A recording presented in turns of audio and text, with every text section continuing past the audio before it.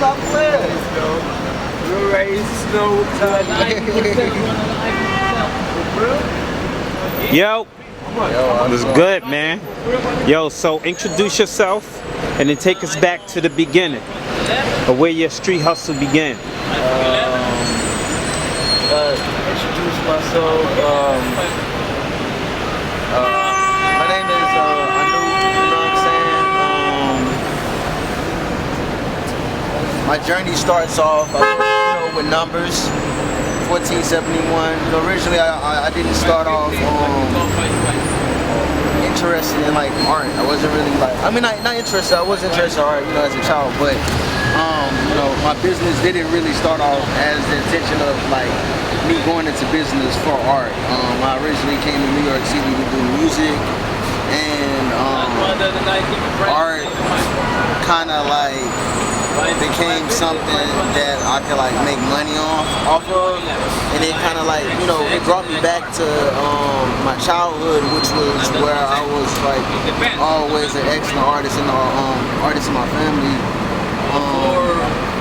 But I came here to do music, and while doing in pursuit of doing music, I became homeless, and while I was out homeless on the streets, I guess I had too much pride to ask people for money. So I started off drawing. It started off honest like that, me drawing or whatever. And that's how I got like full-time serious, because like I started seeing that people really respected what I was doing. And like originally I was like trading my art for like French fries and stuff like that and food. And people were like, yo, you can actually like, make money from this, and then I went out, I started making stuff, and then people, and going out like, Times Square, different places selling my art, and then people would tell me like, yo, man, you gotta like, you can't be out here with these originals, like, you gotta go up on the prices, and you gotta make prints, and, I lucked up too at the same time of just, getting a residency at major street art gallery, which helped with my growth as an artist. And being at that gallery, like they really polished me and challenged me, like in regards to like my color palette, color selection, different stuff like that. So here's my question: why take the hustler route, being an entrepreneur, as opposed I suppose, like taking a safe route, getting a job, clocking in 9 to 5? Well, I feel like everything is a journey and a process, and the 9 to 5 and clocking in, getting a 9 to 5, and doing that was a part of my process in my journey before I got to this, and I got to this point. For me doing that and working around other people, working for independent owners and stuff like that, people who have their own business, it just inspired me to, do my own thing. And, I worked in the restaurant business for like 5 or 6 years, and I ran the whole stand one time in Smorgasburg, you know what I'm saying, at the Smorgasburg Fest. So, like I come from a family that have, that ran their own business, like they had their own businesses and stuff like that, and they never really worked for somebody. But, for me, like what I really wanted to do was, in about 2016, like, I stopped working my job. The last job I worked was at Chipotle, you know what I'm saying? I stopped working my job, and I wanted to focus as much time as possible in pursuit of being the best musician at the time, just being the best artist that I could be. And I was like, I'm gonna take a risk, and I was very influenced by like I guess like some workers or whatever, these female workers.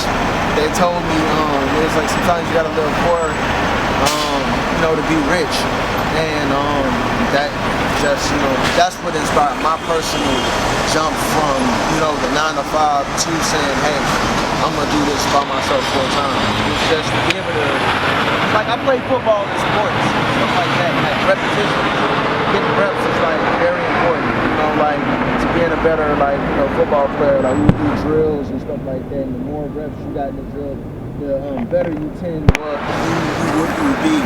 And So what are your hours? Like, how do you determine, how much time you spend out here? And give us an overview of how much time you do actually spend out engaging in the public, selling your art. Well, everything is about energy, and it's about, like sometimes I could be out here, 8 hours, 10 hours, and not really have something happen, not really have much happen. People come by, they're not really good. And then other days you be out here, 3 hours, 30 minutes, and boom, boom, boom, it already happened. Where I feel like for me, where I had quotas of which I wanted to meet personally, and if I financially met those quotas personally, then I will be out and on and moving to my next stop and my next destination. You know what I'm saying? But it's all about just, for me, establishing a rhythm, with the people and just gaining the respect of the place of which I'm presenting and selling, And what has the response been from the public?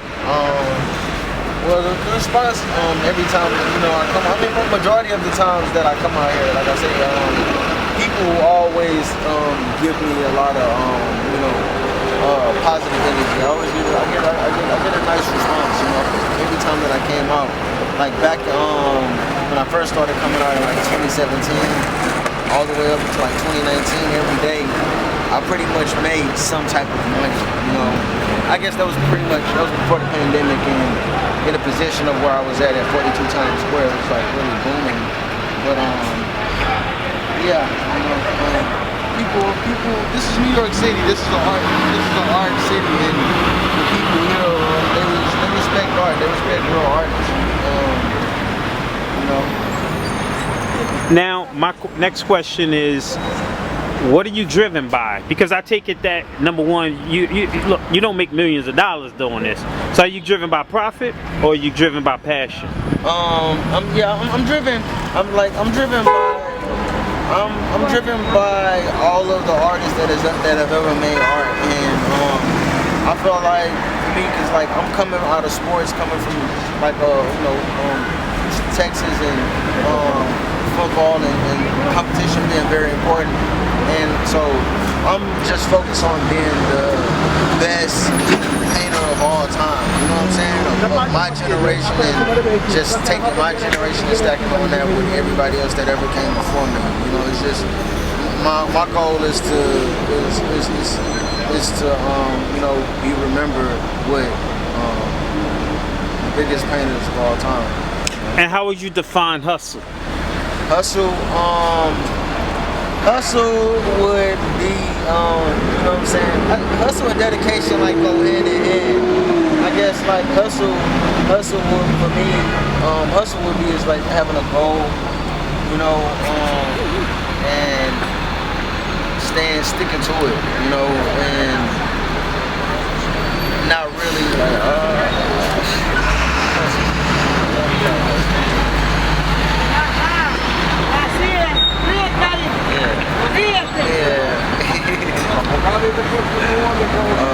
hold on, give it a second. Yeah, I would describe us as just, it's about dedication and just applying pressure. Where do you see yourself in the future? The biggest. What defines you? What would be the defining moment for you to say, I've succeeded, I've accomplished what I set out to do? What does that look like? Describe it. That has already happened for me. You know what I'm saying? Like I feel like I've already cause like when you think of guys like Vincent Van Gogh, and just the way of art, the way art has art is like a mystery box. Most painters don't get discovered until the end, and once people really start digging to the crates, they be like, oh wow, this painter was actually a great painter, you know what I'm saying? But it was like that all along, you know, there was always that all along, you know. But, who are some of your contemporaries? who do you mean, like some of the painters that I like look up to? Yeah. I'm inspired by? My favorite Franz Klein, A.R. Pink, cave art, all of the cave artists. I'm really inspired by, you know, like Wabi Sabi, you know, Asian art in general, and just like, I guess, so like the perspectivism aspect of that. Jacob Lawrence, you know, was like one of my most favorite painters as a child, you know, looking at his books and stuff like that. Berkeley Hendricks, Leonardo da Vinci, you know what I'm saying? Leonardo da Vinci is just like, that's just like one of the people that like, I feel like I'm personally in the competition with like Leonardo da Vinci, guys like Picasso, I like Caravaggio. Okay. Caravaggio work. I'm really influenced by Caravaggio. Not so much so, I guess, him as a person, but yeah, Caravaggio. I like his work. Okay, so that's a decent amount. What do you want your legacy to be?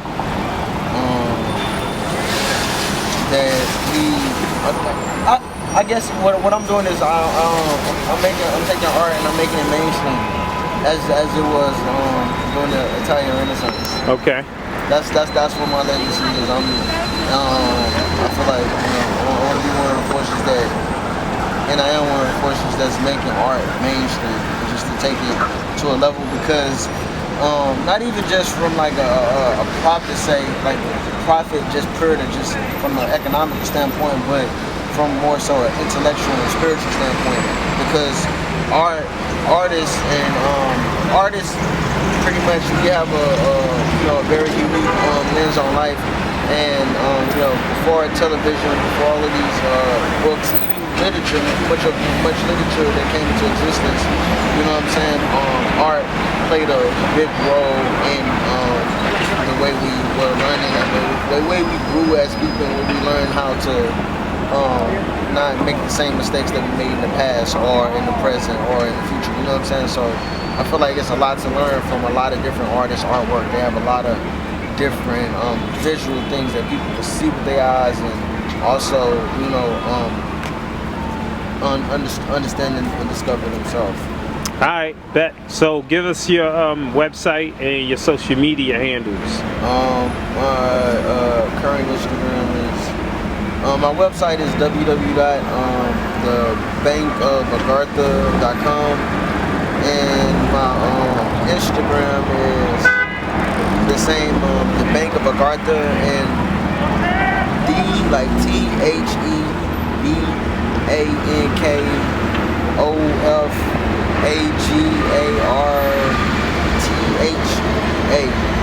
Alright, bet, man. Yo, thanks for spending time with us, Mike G. Thank you.